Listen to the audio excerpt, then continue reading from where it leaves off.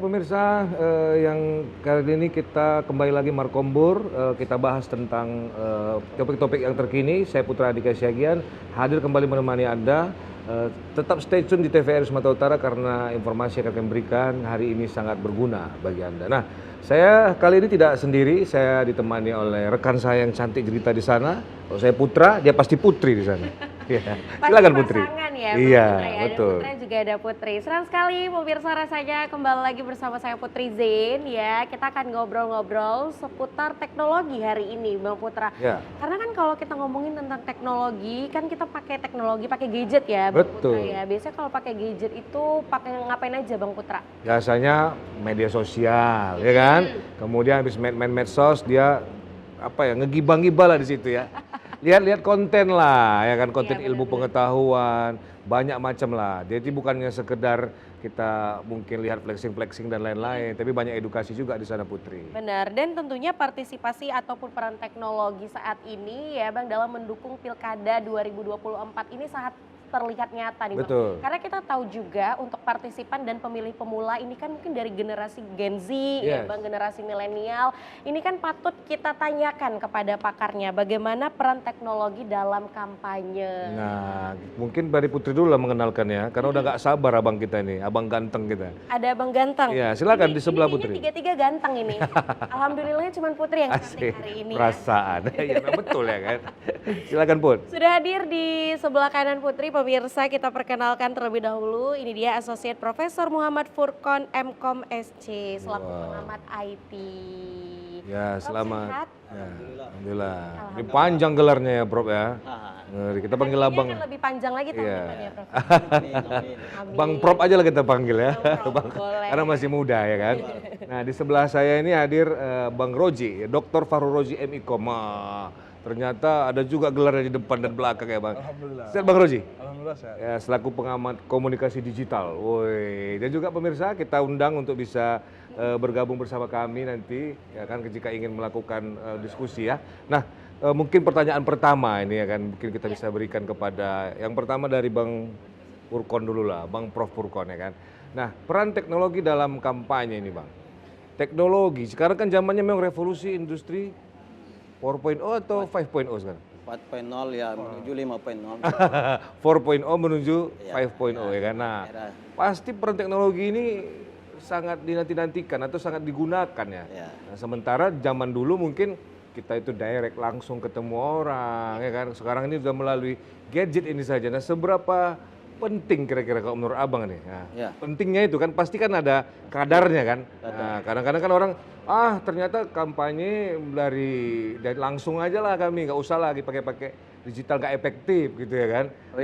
Padahal menurut kita gadget selalu ada di genggaman orang ya kan. Betul. Bahkan bukan satu gadget ya Bang. Betul. Bisa dua, bisa tiga Bang Furqon ya. Betul. Kalau dikumpulkan di sini banyak nih. Banyak ya, betul Pak. Silakan Bang Furqon untuk menanggapinya. Baik, terima kasih. Selamat siang. Assalamualaikum warahmatullahi wabarakatuh. Pak Putra dan Bu Putri, Pak Dr. Bang Roji. Bang Roji, ya kan. Jadi tadi sudah dibuka tadi Pak Putra menyatakan ya pertama apa yang terjadi pada hari ini ya, era revolusi industri 4.0, kemudian era masyarakat atau era society 5.0 gitu. Jadi disebut era revolusi industri 4.0 maka semua serba digital kan gitu dalam sederhananya.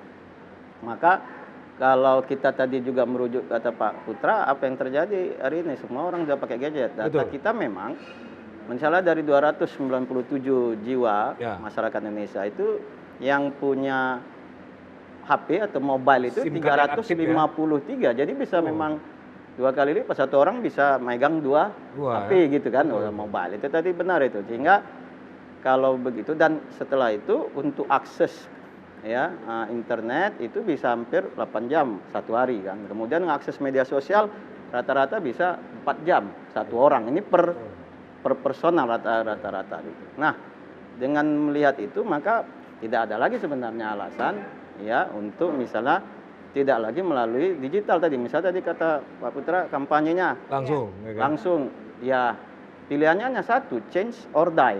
Ya kan, berubah atau mati. Berubah atau tertinggal gitu lah kita bilang. Jadi nggak mungkin karena ini kan tadi kalau pertanyaan sangat penting. seberapa penting kadarnya, bukan lagi kadar penting Tidak penting ya tidak kan? penting, Ya, tapi penting. memang sudah mutlak gitu. Mau tak mau tidak tertolak lagi hari ini Memang di zaman situlah ya. digital, sehingga sama dengan misalnya AI kita bicara, itu juga orang yang hidup dengan AI atau orang yang hidup tanpa AI, pilihannya cuma seperti itu gitu kan. Nah, jadi bukan lagi pertanyaan penting, harus memang beradaptasi di zaman hari ini, siapapun itu gitu, apalagi kalau masuk pilkada. Ya kan, wajiblah menggunakan digital, kalau enggak ya tertinggal. Dan malah mungkin bukan lagi tertinggal, tapi menjadi kalah dan pecundang. Kan gitu ya. Satu lagi Bud. Kenapa Bang Roji dulu kamu tanya ya. Tadi kan dari Bang ini kan, pandangan Bang Furkon. Nah, ini ke Bang Roji satu lagi nih. Bang, ini kan teknologi nih sekarang nih zamannya kan. Bagaimana mungkin menurut pakar komunikasi lah sih, pakar komunikasi kan. Teknologi ini bisa merubah cara orang berkomunikasi kah? Gitu kan. Apakah seperti biasanya memindahkan dari yang biasa, yang langsung konvensional ke mungkin ke dunia konten atau bagaimana menurut Bang Rozi? Ya memang ya ini terima kasih ya, ini suasana outdoor nih kita. Iya. Ada kolam renang Ada ya. ya, betul. Kalau terkait teknologi di pemilu atau di pilkada memang saya sepakat bahwa dia tidak bisa ditinggalkan atau harus tetap digunakan. Tapi saya ingin menggarisbawahi bahwa teknologi atau gadget dan sebagainya dalam proses politik itu harus diimbangi dengan ya kita bilang lah yang offline gitu ya, aktivitas-aktivitas politik offline. Nah, memang dari Tapi perlu juga berarti yang offline ya. Kalau saya dulu untuk politik Iya ya. lebih bagus lebih banyak yang offline. Oh, sedap kan. Karena kalau bermain di ranah digital ini banyak riset yang sudah menyatakan bahwa politik di ranah digital itu memang sekedar mereplikasi aktivitas politik offline ke online. Sebenarnya itu aja dia. Tapi imbasnya dia bisa membuat kegiatan-kegiatan lain tuh. Misalnya akibat kita aktif di media sosial, misalnya saya calon misalnya ya. Saya aktif di media sosial, maka tugas pertama saya misalnya saya mencari orang yang mampu membranding saya di media sosial. Kemudian misalnya tambahan kegiatan lain yang selanjutnya adalah misalnya saya berusaha tampilan saya di media sosial itu disenangi orang, padahal nggak kayak gitu. Padahal nggak kayak gitu ya. Kan, kalau cupu gitu menurut saya. Berarti ingin membangun image yang Iya, baik gitu. iya. Brand image. Ya, tapi betul bahwa dia tidak boleh ditinggalkan. Nah, kalau misalnya kita harus pakai, ya kita buat harus seimbang. Gitu. Satu lagi, saya mau bela Bang Purkon. Satu lagi nih Bud ya. Oke, memang ketemu langsung, tapi dengan teknologi sekali klik bisa menuju, menyebar sampai antar benua ya Bang.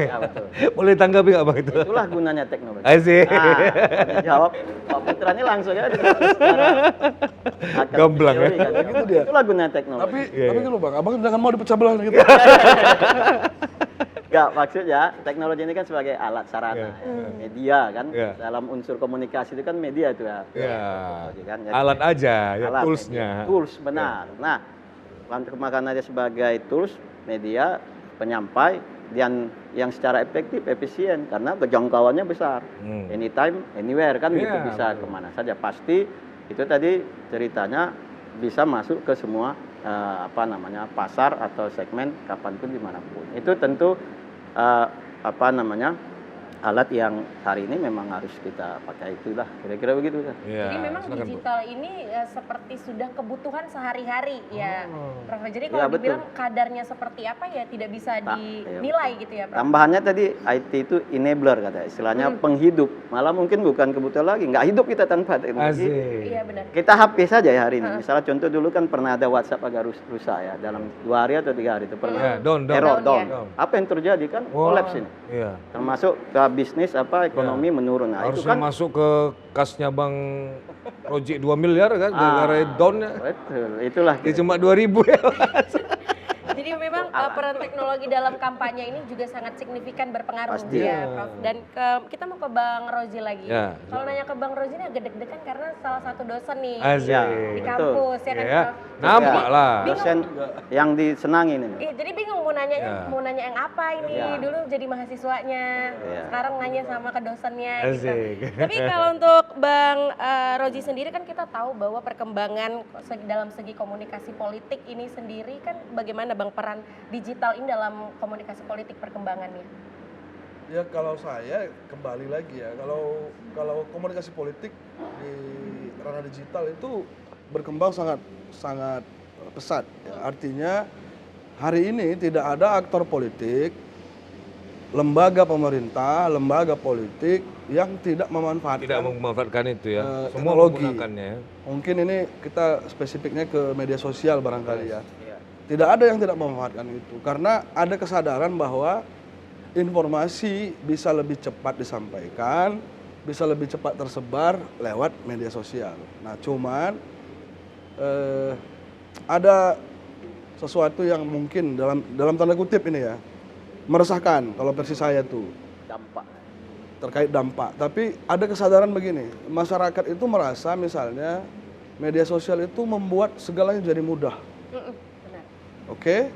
Tapi dalam politik saya punya pandangan. Oh, gimana Nah, tuh? kan gitu. Dalam politik, pesan-pesan politik itu kalau memanfaatkan media sosial, memanfaatkan teknologi, dia nggak jadi mudah, dia jadi rumit.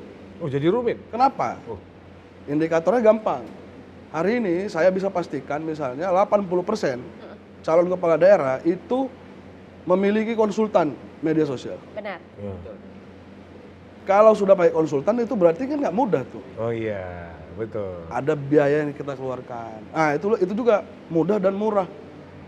Kalau pakai konsultan ada yang gratis konsultan. Oh, enggak. Kita jadi host saja bayar ya. Asik.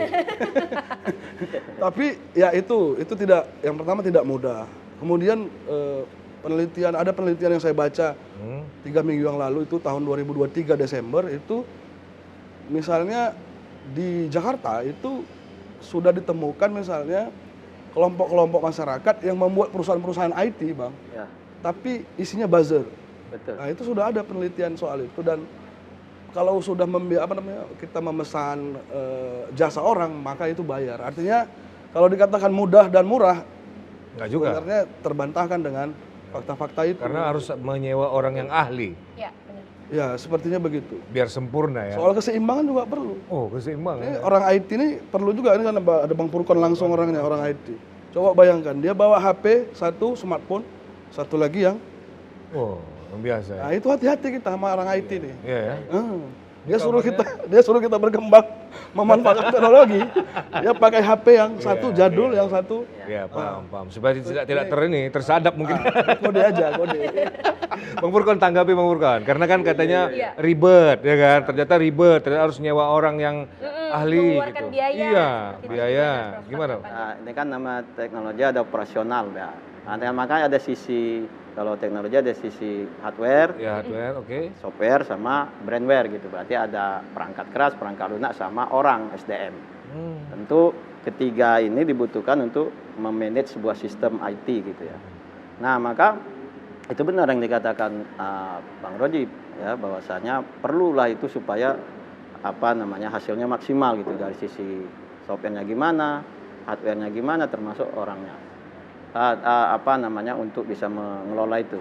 Tapi memang tadi di awal juga disebut bahwasanya bagaimana ini membangun brand ya. Tadi spesifik sosial media kata Bang Roji itu memang tujuan utamanya sebenarnya branding gitu ya. Membentuk citra atau citra diri dan sebagainya. Nah, sebagai pilkada atau siapapun orang yang di kampanye harus membranding dirinya mau kemana arahnya. Tapi tentu tadi di dalam prakteknya bisa saja branding itu kemudian opini itu dibuat ya, bukan dia alamiah. Tadi ada misalnya buzzer yang dikirim dan segala macam. Makanya nanti disitulah bermain macam mana membuat konten, kemudian menganalisis ya komentar menjadi misalnya sentimen dan melakukan respon. Nah, itu kira-kira yang akan dibentuk oleh para kontestan ataupun siapa partai ataupun kontestan untuk mempengaruhi pemilih kan gitu. Iya. Itu dia seperti dua mata pisau ya. Iya benar, satunya tajam, di bawahnya pun bisa juga ya Bang. Tapi Waduh. kalau ngomongin tentang teknologi ini Prof dan juga Bang Rozi, apakah ada spesifikasi dalam penggunaan teknologi dalam berkampanye Iya. masing-masing calon? Dari segi komunikasi lah. Iya. Ya, Ya, komunikasi. Kalau teknologi sekarang yang dimanfaatkan itu media sosial saya lihat ya. Ya, betul. Maksudnya spesifikasinya itu kalau di lapangan bisa seperti ini, apa, kalau di ya, komunikasi ya. yang harus digunakan seperti itu, Ya, Bang Rozi.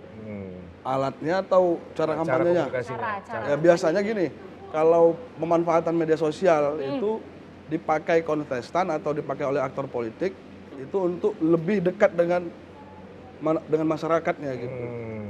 Mungkin masyarakat yang disasar adalah masyarakat yang saat ini banyak memakai media sosial adalah Gen Z atau generasi milenial. Ya, ya. Itu kalau data 2024 Januari itu pengguna media sosial di Indonesia itu 140 juta. Wih. Kalau di Sumatera Utara saya nggak ada datanya tuh ya. Iya, iya. Tapi saya yakin dengan jumlah yang 140 juta itu, maka media sosial pasti digunakan. Pesan-pesan seperti apa yang harus digunakan? Tentu pesan-pesan yang straight kepada Ya, betul. masyarakat yang mau dia sasar itu gitu. Misalnya kalau Gen Z ya tentu dia harus bicara soal yang relate dengan Gen Z. Nggak mungkin dia bicara utang luar negeri di situ kan. Nah, jadi mungkin hal-hal yang remeh-temeh juga. Ya. Betul. Mungkin itu. Jadi seperti itu ya. Dia harus penyesuaian ya. Penyesuaian. 140 juta Bang katanya. Berarti 140 juta ini sempat kompak, bisa menggiring opini juga lah ya berarti. pasti lah.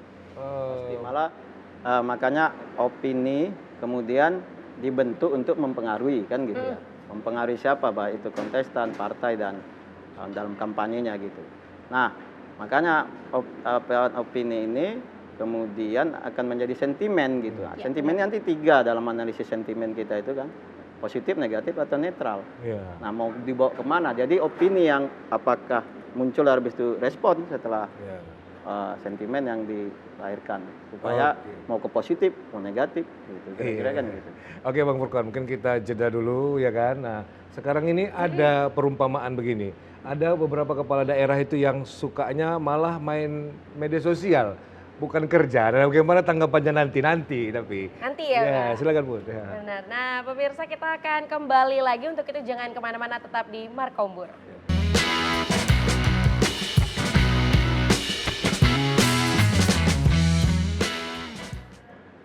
Nah, tentunya pemirsa masih bersama kami di program Markombur ya, program kesayangan Anda tentunya di TVRI Sumatera Utara. Nah, kita masih ngebahas tentang bagaimana sih peran teknologi dalam kampanye. Kita tahu bahwa dunia digitalisasi saat ini itu seperti kebutuhan ya. Kalau kata Prof. Furqan tadi tidak bisa dipisahkan dari kehidupan kita. Sudah beriring ya, Bang. berjalan. Ya. Kita aja sendiri untuk membangun personal branding menggunakan sosial media ya kan Bang. Buat konten, apalagi nih calon kepala daerah pasti menggunakan sosial media untuk menaikkan brand image-nya gitu. Tapi memang kan Bang, saat ini kita banyak ngelihat mungkin di media-media sosial, ini calon-calon kepala daerah nih biasanya buat konten gitu ya. Itu mau flexing atau memang mau menaikkan brand image itu gimana gitu ya Bang? Iya, mungkin dari Bang Furqan lah ya kan. Karena kita lihat kita sering tahu. sekali khawatir masyarakat ini mereka ini cuman hebatnya di media sosial aja gitu loh. Tapi ketika mungkin pengaplikasian di Iya. lapangan tidak Malah sehebat di konten tidak gitu ya Bang. seindah yang di konten tadi gitu. Ya mungkin bisa saja kan Bang, mungkin ditanggapi dari Bang Furqan. Gimana? Itu tadi Pak Putra, Mbak Putri, sebagai tadi media sosial itu yang menyiarkan ya kan, mempublikasikan. Tentu tadi disampaikan Putra apakah memang sesuai. Makanya kan nanti dari sisi itu kan ada pengguna, ada pembuat ya. Pembuat ini ya kita berharap juga di sini ada apa ya, ada semacam kesadaran atau moral yang baik untuk mampu menyampaikan konten yang benar gitu. Benar ya, kira-kira. sesuai Jadi, ya. iya sesuai. Ada namanya literasi digital kita kan ada itu ya. Dalam materinya itu salah satu etika digital, ada keamanan digital, ada misalnya apa. Jadi itu apa?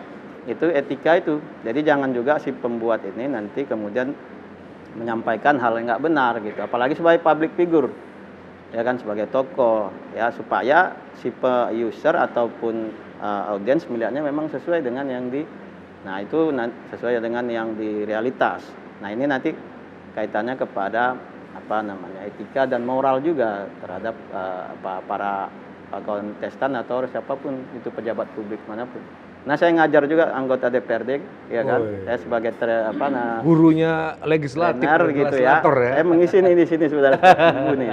Tapi kan sering kita juga begitu. Bagaimana? Itu kan terkait juga di gini Pak, namanya akuntabilitas gitu dalam profesi ataupun dalam jadi pertanggungjawaban kerja. Itu tetap ada ya. Tetap. Itu masuk salah satu adalah mempublikasikan. Satu alatnya medianya sosial media. Nah, tapi akuntabilitas itu cobalah diisi dengan benar gitu supaya mengedukasi juga masyarakat bahwasanya mereka melakukan hal yang benar juga gitu. Jadi dampaknya kan ada. Nah, kita ke Bang Roji bentar Ji. Bang Roji ini bisa mengkampanyekan hal-hal yang positif, ya kan? Bisa mengkampanyekan hal-hal yang mungkin menunjukkan kebaikan dari diri sang calon. Tapi bisa juga kan menyebarkan hoax. Media sosial dan teknologi ini kan pasti lebih cepat lagi nih hoaxnya tersebar malah. Ini gimana mungkin dari Bang Roji untuk mengantisipasinya? Kalau hoax ini, kalau media sosial, kalau misalnya dimanfaatkan dalam konteks politik oleh aktor-aktor politik, saya yakin itu bukan hoax. Artinya kalau ini sisi lain ini, paradoks ini. Hoax ini kita bicara akun yang lain. Kalau misalnya calon gubernur, calon wali kota, calon presiden dan sebagainya, atau anggota DPRD yang sebutkan Bang Purkon tadi, itu saya yakin yang disampaikan di media sosial itu bukan hoax, tapi lebih cenderung mistifikasi namanya. Oh, apa itu? Apa tuh ya istilahnya, lebih gampang ya. Sesuatu yang memang didesain supaya orang percaya dengan apa yang disampaikannya meskipun tidak benar. Bukan tidak benar, tidak seperti aslinya. Tidak seperti aslinya. Untuk menggiring opini publik. Iya, kan karena memang playing victim dong. Itu tadi. Itu tadi karena gini, kalau tadi Mbak Putri bilang kita personal branding, kita buat ini, ya oke, media sosial tuh bagus untuk hal-hal seperti itu. Tapi kalau di ranah politik, yang kemudian dia bersinggungan dengan masyarakat, yang kemudian seseorang itu nanti akan menjadi wali kota atau menjadi bupati, gubernur dan sebagainya. Kalau misalnya dia terlalu sering mengeluarkan pesan-pesan yang sifatnya itu tadi ya mistifikasi. Mistifikasi itu kalau dalam bahasa Inggris bahkan disebut sebagai tipu muslihat tuh. Deception. Arahnya ke sana tuh, mistifikasi tuh. Nah, ya tentu saja imbasnya ya ke masyarakatnya. Nah, tapi ini bukan terjadi di sini ya, di tempat lain ya. Kalau di sini bagus-bagus. Iya. Sini ya, di sini. Bagus-bagus. Nah, cuman saya mau garis bawah ini karena terkait apa ya? Terkait pesan-pesan di media sosial. Perlu kita garis bawahi ucapan dari presiden terpilih. Pak Prabowo Subianto ya kan, yang terlagi dilantik ini. Nah, saya pun kemarin gagal terpanggil karena Pak habis paket. Harusnya saya ke sana kemarin. Jadi menteri ya. Menteri urusan. Telepon. Ya tapi paket habis. Paket habis pula. Itu masalah juga teknologi. Iya, teknologi. Masalah. Makanya Bang Furkon pakai ini. Pakai jadul ya. Iya, biar bisa telepon langsung. Tanpa paket ya. Tanpa paket. Jadi beliau ini menarik karena dia bilang begini. Saya mau cari menteri yang atau pembantu-pembantu saya di kabinet yang bisa bicara apa adanya. Itu kalimat dia tuh. Apa adanya ya. Kalau miskin katakan miskin, jangan bilang itu tertinggal. Soalnya itu biasa tuh pleonasme itu dalam bahasa. Menggunakan apa? Diksi-diksi yang menghaluskan persoalan lah gitu. Nah, ini menarik dan mungkin siapapun nanti yang jadi dalam kabinet Pak Prabowo saya kira harus bisa memaknai kalimat ini dengan baik karena masyarakatnya mungkin sudah capek juga kena bohongi mungkin ya. Mungkin literasinya udah naik ya, Bang Bob ya. Literasi naik. Ya? Indeksnya naik. Indeks naik. Tadi saya baca juga. Indeks naik literasi digital. Tapi masyarakatnya gimana tuh? Nah, ini jadi pembelajaran bersama lah. Karena terlalu sering saya lihat kalau di media sosial ya, masalah-masalah politik ini jadi sesuatu yang remeh-temeh tuh. Misalnya saya yakin Bang Putra, Mbak Putri pernah dengar kita ini berpolitik riang gembira. Gitu. Pernah dengar ya? Nah itu, ya Allahu Rabbi lah ya. Hanya dari masing-masing lah. Apakah misalnya politik itu sesuatu yang riang gembira? Tapi di media sosial, di di ranah-ranah digital itu terus dikembangkan. Padahal ini urusan perut masyarakat, urusan hajat hidup orang banyak. Hajat hidup orang banyak. Tapi dinarasikan dengan riang gembira. Tapi ya itu sekali lagi itu praktek-praktek politik aja sebenarnya. Kayak semacam branding juga. Iya, branding politik ya kita harus sebagai masyarakat harus memaknai politik ini secara riang gembira. Padahal banyak mungkin orang-orang yang memikirkan, ini gimana hari ini masih makan nggak ya, Asik. gitu ya. Nah, Seperti itulah kira-kira. Iya. ya seperti itulah halusnya gitu ya. Oh, ini udah masuk belum ya gitu ya? Udah. Udah. Kita mau ke Prof. Furqan Furqan lagi. dulu. Prof, tadi kita ngomongin tentang hoax nih Prof. Kan banyak ya sekarang hoax-hoax itu mungkin yang dibuat untuk memanas-manaskan kondisi aja gitu, kondisi dan situasi Prof. Ngipas-ngipas dia, Prof. Iya, biar makin ya kan? apinya. Bahkan kadang bukan dari tim pemenangnya sendiri yang ngebuat hoax-hoax Sengaja. ini, Prof. Sengaja ditampilkan biar oh ini di sini nih pasarannya, di sini nilainya, nilai jualnya. Kadang-kadang kan Put kalau misalnya beritanya bagus-bagus saja orang nggak tertarik bacanya, Prof. Iya, jadi kayak flat Iya, aja ya. iya, kalau dia sesuatu yang mungkin Ada apinya gitu. ya kan? Gosip atau hosting atau apa gitu kan. News is bad news. Iya. Iya, gimana? Bad news is good news. Silakan, Prof. Gimana nih, Prof? Ya baik. Tadi menarik juga hoax ini memang ya. Kalau dalam kategori kita itu beberapa klasifikasi ya. Jadi berita bohong, berita yang tidak dapat dibuktikan misalnya. Kemudian ada memang beberapa itu. Yang pertama itu misalnya misinformation. Yang kedua fake news, berita bohong. news, ya. Yang ketiga bias information, ya informasi yang bias. Misalnya kemudian clickbait, yang kalau diklik seolah-olah judulnya Ya, heboh, rupanya Padahal isinya nggak ada. apa-apa. biasa aja. Nah itu tergantung kategori hoax itu ya. Jadi Ya, hoax itu. kalau nengok linknya hebat, rupanya isinya nggak ada apa-apa dan tidak disukai, tidak ditandai tanda apa namanya validasi atau referensi yang kuat. Tapi tadi yang disampaikan ada satu lagi yang paling penting sebenarnya catatan itu adalah post truth namanya. Post truth. Post truth ini seperti kan Pak Roji tadi, jadi seolah-olah begini, sesuatu yang sekarang kebenaran itu banyak berdasarkan emosi dari seseorang. Jadi gini ceritanya, kebenaran keburukan yang disiarkan secara berulang-ulang maka bisa menjadi kebenaran gitu. Kejahatan yang disiarkan secara berulang-ulang maka bisa jadi kebaikan gitu. Benar. Itulah era post truth. Jadi seolah-olah kebenaran itu ditentukan oleh opini, emosi seorang, opini rame-rame menyatakan benar melalui tentu sosial media tadi.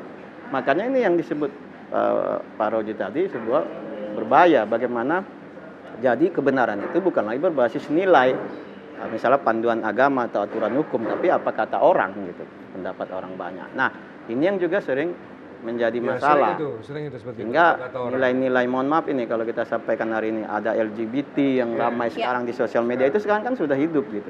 Dan orang malah kadang-kadang kalau dulu awalnya itu menghujat, pertengahannya kemudian diam, tapi akhirnya kemudian menyetujui. Itu proses bagaimana berjalan ya respon komentar kemudian sentimen itu kemudian dari negatif menjadi positif akhirnya. Nah, ini kan berbahaya. Jadi hilang nilai bahwasanya misalnya LGBT itu menjadi sebuah hal yang terlarang tapi bisa menjadi benar. Itulah post truth.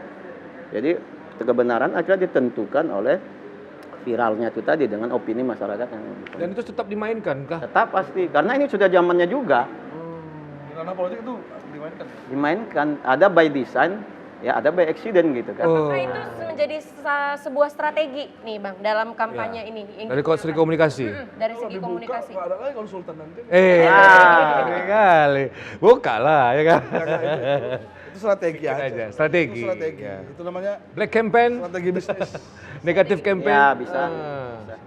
Jadi Black makanya campaign, tapi sekarang memang kalau sekarang ya kalau black campaign agak berisiko. Negatif campaign. Negatif biasanya. Negatif campaign. ada revolusi industri. Industri itu kan datanya sekarang menjadi industri juga kan. Iya, data Gitu industri. kira-kira di industri kan. Jadi mulai punya nilai ekonomi dia berbisnis. Tapi Bang Prof berhubungankah nanti ke elektabilitas? Nah, itu kan. Saking capeknya mereka di sana berujungkah ke sana? Kan ujungnya tetap muara tetap itu. Iya, benar. Targetnya tetap elektabilitas. Gimana menurut Bang? Mas saya pastilah kalau pasti ujungnya kan memang outcome-nya ke sana itu. Gitu ya. Ya dari proses misalnya sosial media, kemudian konten, penyiaran, kemudian muncul komentar, sentimen dan respon akhirnya kan mempengaruhi pilihan. Ya. Pilihan untuk elektabilitas itu mempengaruhi pilihan. Pastinya ujungnya ke sana gitu. Jadi mereka berharap dipilih lah, gitu ya. Nah, gitu. Atau mengikuti apa yang mereka pikirkan atau mereka sampaikan, begitu kan? Harapannya. Nah, kalau dari Bang Roji, kita lihat. Bang Roji silakan, merespon. Karena ini beda pandangan Beda, ya, Bang. ya. Bukan beda. Enggak. Ya begitulah. Tapi gini, ini fenomena terbaru. Fenomena terbaru. Nah, ini kita baru tahu nih. Mungkin 5 atau 10 tahun lalu iya nih kayaknya. Tapi hari ini 2 hari lalu karena saya dapat temanya seperti ini, saya cari tadi pagi saya cari data terbaru. Ini misalnya soal pemanfaatan media sosial. Yes. Kayaknya saat ini politik atau pesan-pesan politik itu bergeser ke aplikasi namanya tak itu apa namanya? Aplikasi Oh, TikTok apa? TikTok. Oh iya, benar-benar. Tak ya. Tak ya. Iya. Nanti iklan Itu retak dia nanti. Diplesetin ya, Iya, kan, Bang? diplesetin. Iya. Iya betul. TikTok itu kayaknya jadi platform yang sekarang sedang Oke, benar. happening lah, sedang. Tapi banyak hoax juga di situ. Ya itu nanti bicaranya ya kan. Iya. Tapi Terus, Pak. hari ini saya lihat di Meta itu yang membawahi WhatsApp, Yes, Facebook. Instagram dan Facebook ya. Di Meta itu ini agak unik juga, Bang Furqan. Belanja iklan 30 hari terakhir itu sangat kecil kalau untuk politik. Artinya saya lihat ada kecenderungan resources yang dimiliki aktor-aktor politik ini kayaknya diarahkan juga ke ranah-ranah offline, Ya. ke tempat-tempat offline gitu. Jadi apakah ada sesuatu perubahan yang terjadi di 2024 ini? Saya juga belum melakukan penelitian secara mendalam, tapi kecenderungannya pemanfaatan media sosial itu mulai dibatasi sampai hari ini. Tapi terutama soal iklannya tapi ya. Artinya orang sudah mulai spend uang ke media sosial untuk urusan politik itu mulai membatasi. Iya. Tapi di sisi lain, Bang Prof, kita melihat ada beberapa calon kepala daerah itu yang mungkin saja memiliki, sudah jelek nih dia di media sosial. Dia jelek nih di media sosial ya kan. Dia door to door, door to door, capek memang ya kan. Iya. Tapi gimana kok dari Bang Prof lah dulu ya kan itu, yang seperti itu. Kuno banget kan sebenarnya kan. Tapi mereka melakukannya gitu. Kalau di bidang saya emang itu pasti udah kuno lah ya. Iya. Artinya begini, IT diciptakan untuk mempermudah. Iya. Dan orang IT ini orang yang malas gitu. Makanya masuk IT. Jadi maksudnya dia mau dikerjakan secara otomatis, kemudian hasilnya keluar kan gitu. Nah, itu seperti itu. Makanya kalau masih manual belum belum dihasilkan teknologi gitu. Iya, door to door dia kan, nggak capek rasa badannya tuh. Padahal udah mudah karena ada teknologi ya, Bang. Karena dia di media sosial atau di internet black, dia sudah jelek gitu, sudah Cancel culture. Iya, cancel culture. Sepertinya ini pembicaraan kita makin memanas ya. Tentunya pemirsa masih ada satu segmen lagi, kita akan membahas bagaimana peran teknologi dalam kampanye. Untuk itu jangan kemana-mana, tetap di Markombur.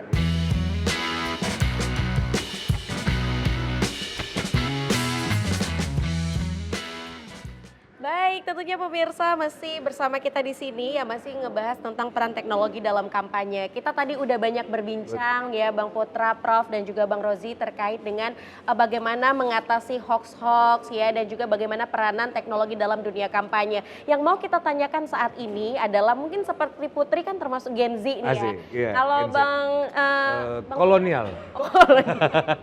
Jauh banget berarti ya.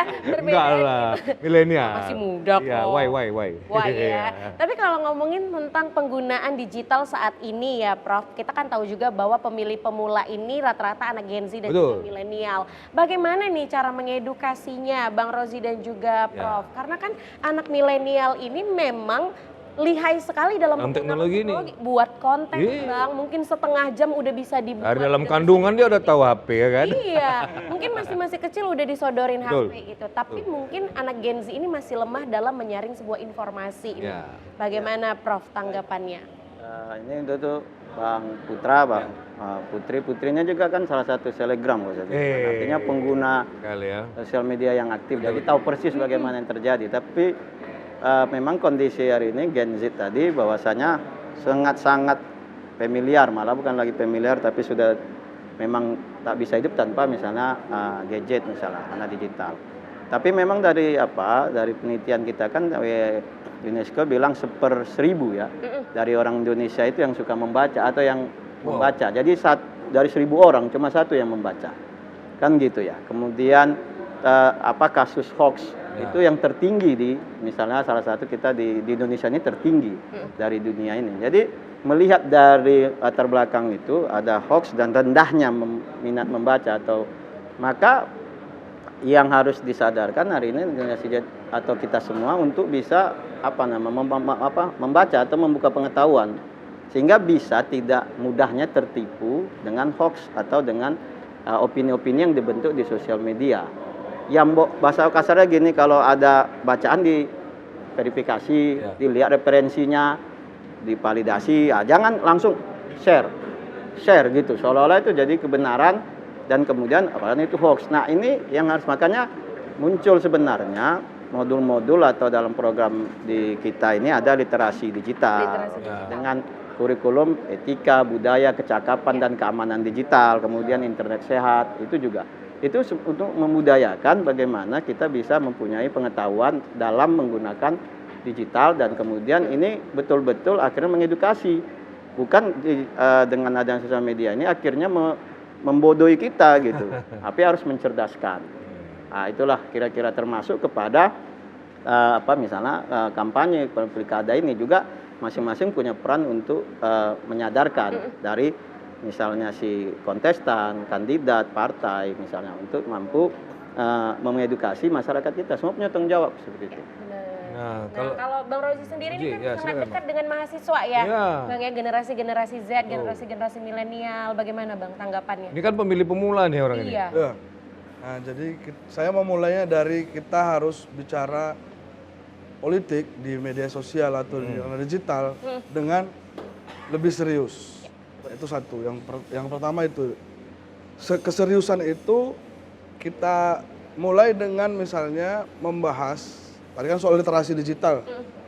Tapi literasi digital yang dibangun oleh, menurut saya nih ya, Menkominfo itu tidak memberikan porsi yang baik untuk membahas tentang dampak dari algoritma media sosial. Menurut saya ya. Algoritma media sosial inilah yang kemudian merusak permainan dalam tanda kutip. Ya, benar. Sehingga misalnya ketika kalau disertasi saya itu kan soal konten Islami. Ya. Algoritma konten Islami, tapi sebenarnya sama aja, algoritma konten politik. Ya. Algoritma konten politik inilah yang kemudian tadi misalnya bisa menarik konten-konten hoax yang terkait dengan politik itu ke media sosial kita gitu. Misalnya saya pengguna Instagram, kalau saya sedang intens mengonsumsi atau melihat konten-konten dari calon-calon kepala daerah tertentu misalnya, maka bisa jadi ada akun hoax tentang dia tuh. Atau tentang pasangan calon lain. Dia masuk dia. Supaya apa? Supaya saya makin cinta dengan siapa ini namanya? Si calon ini. Misalnya. Ya kan? Algoritma ini yang belum mendapatkan perhatian. Itu pernah saya diskusikan dengan Bang Purkon waktu saya buat disertasi. Ya kayak gitu algoritma aja katanya. Tapi ya ini soal transparansi algoritma, kita harus dorong itu. Sebenarnya kalau di luar negeri itu sudah didiskusikan soal transparansi algoritma dari media-media sosial ini, platform-platform ini. Ya hari ini kita harus terima kasih juga misalnya ke platform seperti Meta itu misalnya, yang berani buka misalnya. Siapa aja orang yang masang iklan hari ini. Itu kalau hari ini di Meta Ads Library itu ketahuan tuh. Partai mana yang paling besar? Masang iklan. Menurut kalian yang mana tuh? Yang merah, yang kuning, yang hijau. Partai, banyak ya. ini pun saya terkejut juga. Partai, nggak usah sebut nama lah ya. Pokoknya 3 huruf lah, partai singkatannya 3 huruf. Tapi ini partai basis Islam. Jadi memang mungkin karena pemilih-pemilihnya juga di kota banyak. Betul. Mungkin tuh, karena itu juga ya. Jadi langsung menjangkau ya Bang. Dan lebih misalnya ke Gen Z-nya banyak. Iya, benar. Nah, mungkin gara-gara itu juga. Nah, ini soal algoritma. Yang kedua, bagaimana cara kita, ini soal keseriusan membahas politik. Kita harus sadar bahwa politik ini urusan berat. Oh iya. Ya, kalau menurut saya ya kan? Nggak sepele karena ada hajat hidup orang banyak, Bang. Betul. Kalau urusan ringan bagus kita aja ngomongin calon bang. Kan? Atau bang dukung. Tinggal pilih aja kabupaten mana. Misalnya pemanfaatan selebgram tadi Putri, karena Putri ini selebgram ya kan. Wih, ini berpeluang besar Putri ya. itu, nah sebaiknya saya mendorong tuh selebgram misalnya kayak Putri ini. Kalian tuh buat konten yang kreatif aja tuh. Jangan masuk ke ranah politik. Oke. Kalau menurut saya nih. Iya. Karena kalian atau selebgram itu kan membranding dirinya tuh ceria, senang, Iya. apa adanya, natural, Remaja bla gitu bla ya, bla Bang. gitu ya. Yang kemudian followers kalian juga senang dengan selebgram itu karena konten-konten itu. Yang gak usah main di politik.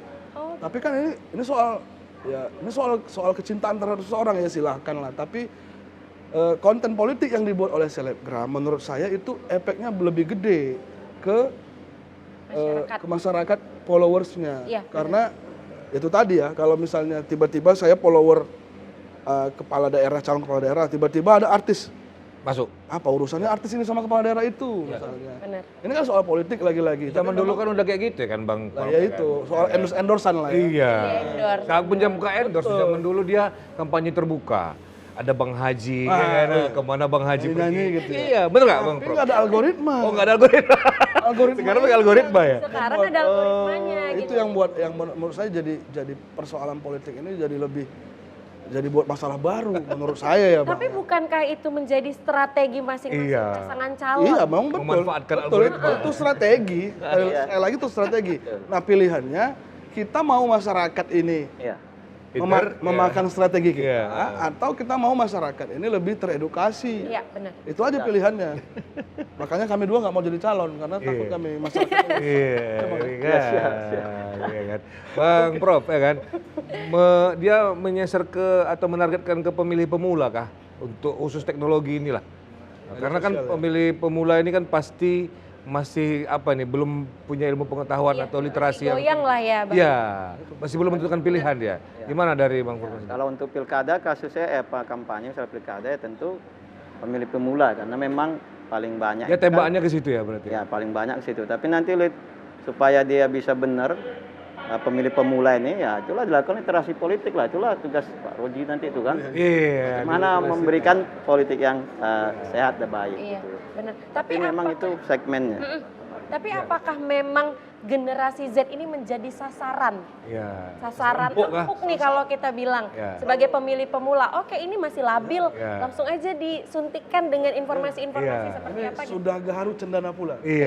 Iya. Sudah tahu bertanya lagi. Iya, maka kita sambung nanti aja lah, berarti kan ada episode berikutnya karena kita udah di akhir ini. Enggak, Bang, masih panjang. Masih nih. panjang bisa kan? Saya Iya, kenapa? Silakan Bang Roji. Untuk politik, saya mendorong kita semua, Gen Z kah, Gen Z kah, Gen Y kah, macam-macam gen-gen itu. Iya. Ya. Itu kita ngambil informasi politik, berita-berita politik itu dari media-media mainstream. Ya. TV, koran, radio, dan lain-lain. Iya. Kalau media sosial boleh nggak? Boleh. Tapi ambillah dari akun-akun yang ofisial. Official resmi. Yang resmi. Yang resmi pemirsa. Jangan yang misalnya TVRI Sumut Perjuangan misalnya. Jangan. Cari akun yang TVRI Sumut. Sial. Ofisial Ya, gitu. ya. Jadi lebih bisa dipertanggungjawabkan dibandingkan Putri official gitu. Putri official. Spesial ya. Ada Putri official ya? Ya jadi itulah yang mainstream, media mainstream atau karena kan saya di PWI juga ya. Ya. Ambil media-media mainstream, informasi dari situ atau media sosial tapi akunnya adalah akun-akun official. Apakah itu dari media sendiri? Sekarang kan udah banyak media punya akun media Media sosial. mainstream ya. Atau dari calon-calon politik itu sendiri yang official ya. Yang langsung dia memberikan tanggapan atau Persis. pernyataan ya. Official lah pokoknya resmi. Nah. Gitu. Jangan yang hoax. Memang jangan mudah lah ya untuk Gen Z saat ini untuk menerima informasi tanpa disaring. Nah, nggak kerasa memang. Nah, baru ya. Nah, udah 1 jam ya kita ngobrol. Tentunya kita juga mau mendengar lah Iya. harapan dan juga pesan-pesan dari Prof dan juga Bang. Closing statement, ya kan. Closing statementnya dari Prof. Silakan. Gimana, Dari Prof? yang Prof dulu lah, ya kan. Harapannya, Baru yang dokter nanti. Mungkin yang pertama tentu kita sebagai akademisi ataupun siapapun kita melakukan edukasi ya terhadap perkembangan misalnya dalam teknologi ini baik dari semua generasi dan siapapun kita karena kita semua punya tanggung jawab untuk itu. Gitu. Jadi jangan disandarkan kepada lembaga atau tertentu atau institusi hanya tertentu. Yang kedua, kita harapkan juga nanti dengan misalnya kampanye dalam pilkada menggunakan IT ini bisa dilakukan dengan bijak, dengan sehat, ya, dan itu dengan benar. Itu kira-kira. Nah, dilanjutkan dengan Bang Roji. Kalau saya, saya ulangi aja lah ya, bahwa ini lagi minggu-minggu kampanye. Betul. Ya. Menjelang pencoblosan 27 November. Masyarakat saya harap bisa meliterasi dirinya masing-masing terkait pesan-pesan politik di pilkada ini. Kalau mau cari informasi soal calon-calon, soal tentang visi misi dan sebagainya, carilah di media-media mainstream. Ada TVRI Sumut, dan TVRI Sumut juga punya akun media sosial. Artinya media sosialnya TikTok dari official yang official lah, dari lembaga-lembaga politik ataupun dari calon-calon ataupun dari media. Silahkan, tapi sekali lagi memang yang bisa menyelamatkan diri kita di era seperti ini adalah diri kita sendiri. Iya. Saya kira itu jawabannya tuh. Jadi kita nggak bisa minta tolong sama orang lain, namun diri kita yang harus diedukasi gitu ya Bang Putra. Dan memang intinya untuk generasi Z saat ini ya pesan-pesan sebagai mungkin pemilih pemula gitu ya, harus lebih bijak menggunakan sosial media. Tapi sebenarnya Putri memang setuju yang dikatakan Bang Rozi tadi, ya udah kalau selebgram ya konten-konten ya sewajarnya selebgram gitu ya Bang. Jangan Kalau masuk misalnya ranah punya politik, pilihan ya udah dipendam sendiri gitu ya. Terima kasih kepada Bang Iya, Prof terima ya kan. kasih. Ada Bang Roji, ya jangan jerah ya kita undang ke sini ya. Ya mudah-mudahan bermanfaat hari ini yang kita sampaikan pemirsa. Ya Putri juga ya kan. Ini mahasiswanya kan. Nanti dihukum ya karena bertanya ya. Oke baik pemirsa, saya Putra Andika Siagian undur diri bersama rekan saya. Dan saya Putri Zain pamit undur diri.